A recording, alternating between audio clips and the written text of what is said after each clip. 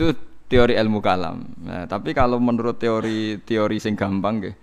Kalau sekarang nyatanya ada bumi berarti menang Tuhan yang ingin menciptakan bumi. Yang ingin menolak bumi berarti gagal jadi apa? Tuhan. Tapi masalahnya di soal. Kalau dia gagal jadi Tuhan berarti mantan Tuhan. Nah, itu mari perkara lagi kan. Nah, makanya ini hanya pengandaian, yaitu ruwete ilmu kalam. Itu hanya pengandaian. Artinya pengandaian karena akal manusia itu terbatas, diberi rangsangan pengandaiannya begitu.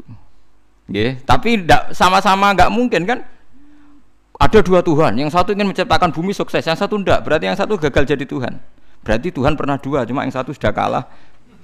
Lah nanti kalau itu kamu pakai ada teori baru, nanti ada Tuhan berikutnya yang mungkin lebih canggih. Nah, itu repot kan. Nah, makanya itu kan repotnya belajar ilmu kalam itu resikonya tinggi. Lah sampean tak warai, ra usah belajar tauhid sing ruwet ngoten. Tak warai nganggo model Quran. Dan ini mudah sekali, siapapun bisa. Nak ra iso ya kafir, wong tauhid kok keliru kan kafir. Niki mboten urusan salafi, mboten salafi. Kalau lah ngukumi kafir nek niku tauhid kok ora iso berarti kafir. Ini sampean kula bedheki ya. Ini saya megang pulpen ya. Terus ini saya megang amplop. HP mohon HP, kan nggak ada suaranya nanti kalian.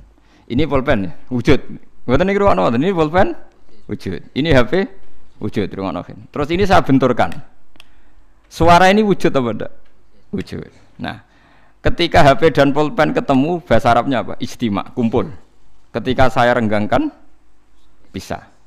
Kumpul sama pisah ini wujud apa enggak? Yo keliru. Kumpul sama pisah ini sesuatu yang wujud apa enggak wujud? Ndak wujud, yang ada itu pulpen sama HP. Kalau ditempelkan orang bilang itu kumpul, kalau dipisahkan orang namanya pisah. Sekarang kumpul sama pisah itu ada ainnya ndak, ada fisiknya ndak? Ndak, itu disebut amrun i'tibariyun. Seperti saya ini punya bapak namanya Kiai Nur Salim. Kiai Nur Salim punya bapak namanya Mbah Nur Sam misalnya. Itu juga ndak wujud. Bapak saya dulu dikatakan dia bapak karena ada anaknya saya. Berarti diarani bapak itu gantung ngenteni anak. Jadi zaman belum punya anak, dia itu belum bisa dikatakan bapak beliau. Bareng dua anak iso diarani bapak. Bareng duwe putu iso diarani mbah. Lah saiki bunuah sifat kebapakan, sifat keanakan wujud apa ndak? Ya ndak wujud.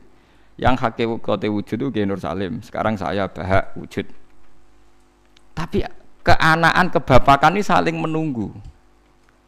Nak sido duwe anak diarani bapak, nak sido duwe putu diarani mbah.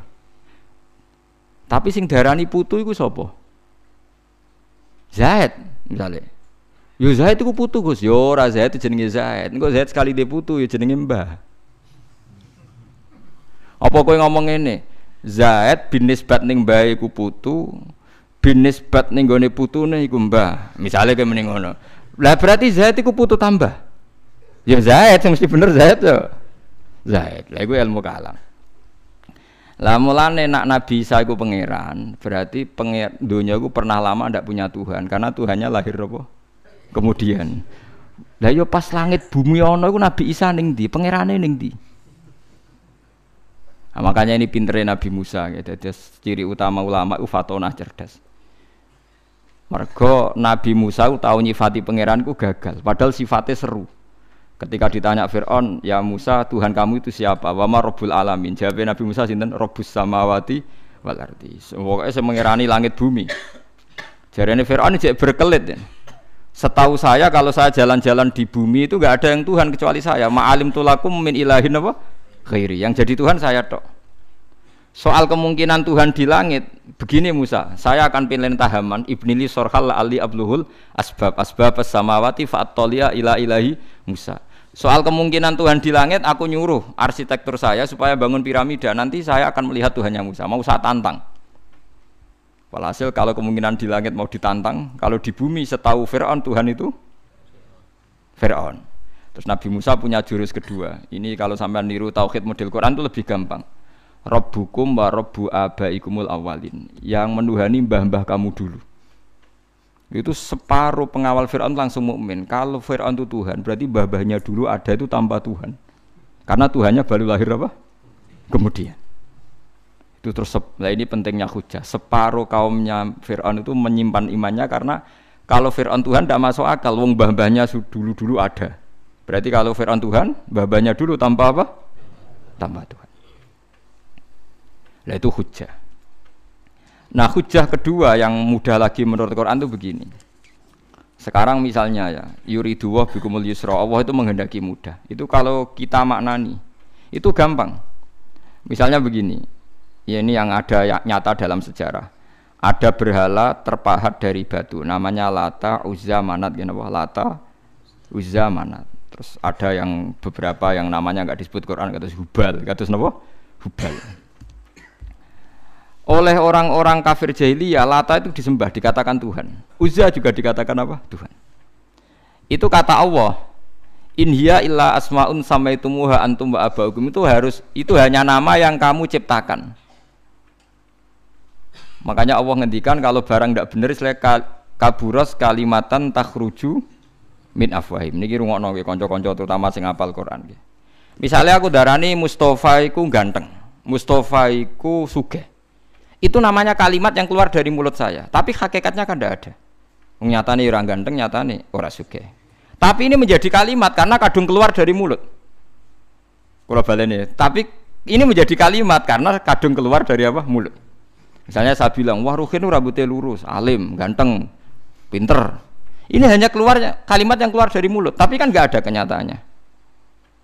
Nah, ketika orang kafir bilang berhala itu Tuhan, itu kalimat yang keluar dari mulut. Nah, kalau hakikatnya ya batu bukan Tuhan, hakikatnya itu batu. Berarti namanya pangeran Lata Uzza itu batu apa pangeran? Batu.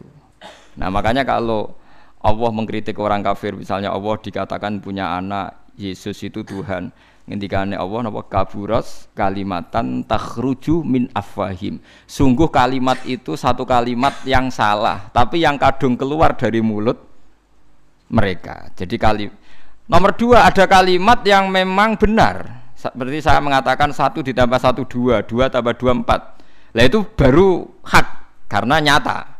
Mbok dikatakan apa enggak dikatakan ya tetap 2 ditambah 2 4. Sama dengan la ilaha illallah. Jadi la ilaha illallah itu sudah wujud sebelum dunia ngakui la ilaha illallah itu sudah ada apa belum?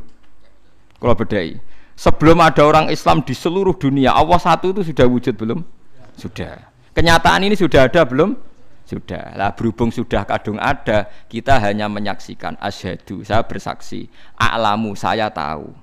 Karena sudah ada, makanya disebut fa'lam annahu la ilaha illallah. Wong sudah ada, kita tinggal tahu, tinggal bersaksi.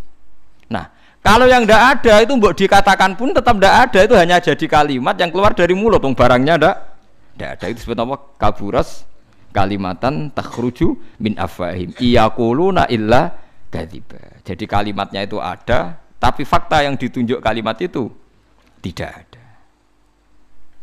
Faham ya lah. Mulanya ciri utama agama itu kul ja'al haqqu wa zahaqal batil. Barang hak itu pasti ada, yaitu Allah.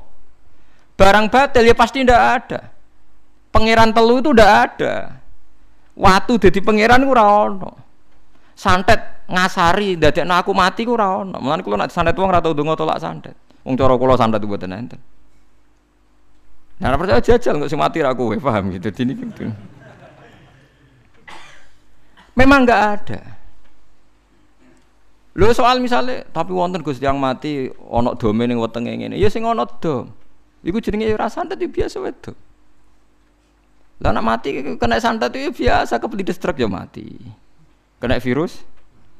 Cara kula dipanteni santet itu malah lambat, kadang 3 dina lagi mati. Cas pleng truk. Cas pleng meneh pesawat.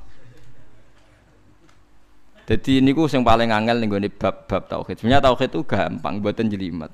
Makanya Allah melatih kita yuridu wa bikumul yusra. Andekan manusia seluruh dunia dipoling untuk melihat Lata dan Uzza, itu apa? Enggak usah ada orang Islam, enggak ada orang kafir, enggak usah intervensi, pasti mereka jawab itu batu.